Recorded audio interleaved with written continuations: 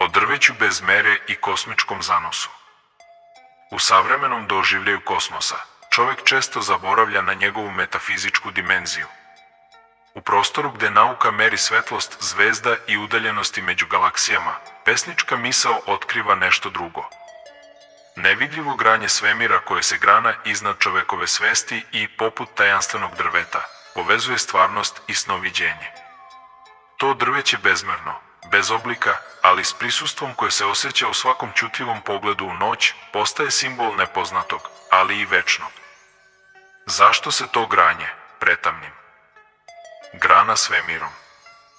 Možda zato što naš razum nije dorastao svetlosti, pa se svemir širi u tišini, podsjećajući nas da su stvarni zakoni univerzuma više pesma nego proračun.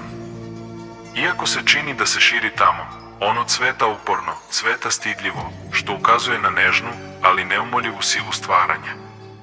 U tom cvetanju krije se uzrujani nemir pradrevnih sazvežđa, zvezdane tvorevine koje su bile tu pre jezika, pre čoveka, pre svake misli, a koje i dalje zrače nemi poziv na razumevanje.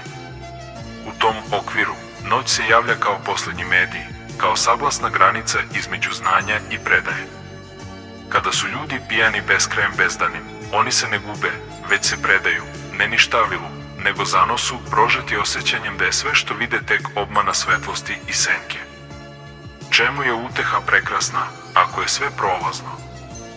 Možda upravo zato, jer je prolaznost jedina istinska lepota, a osmeh zvezdani nije izdaja, već podsjećanje na to da čak i večnost ima lice koje ne možemo zadržati. Zato se na kraju vraćamo drvetu, tom arhetipskom simbolu oslonca između zemlje i neba. I pesnik, poput proroka, poziva, zatresi granama.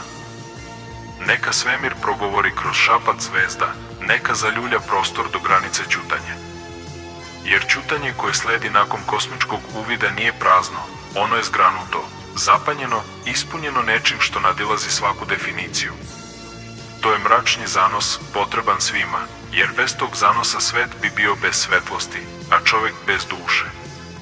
U tom smislu, pesma ne samo da opisuje metafizičko iskustvo svemira, već nas poziva na jednu dublju vrstu prisutnosti, onu u kojoj čovek više ne pokušava da razume sve, već da oseti.